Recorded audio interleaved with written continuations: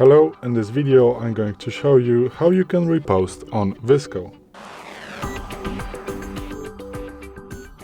So first of all you want to open the VSCO app and then go to the Discovery tab right here, and now you can search for the people that you want to search for and find a post that you like. So let's say in the feed I wanna find maybe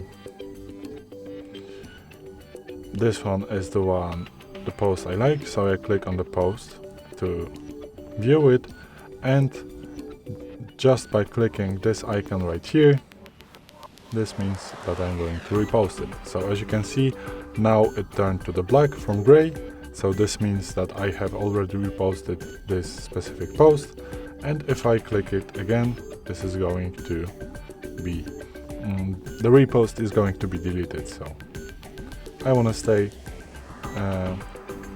still reposted, so I make sure that this icon is just black, and this is it. Thanks for watching.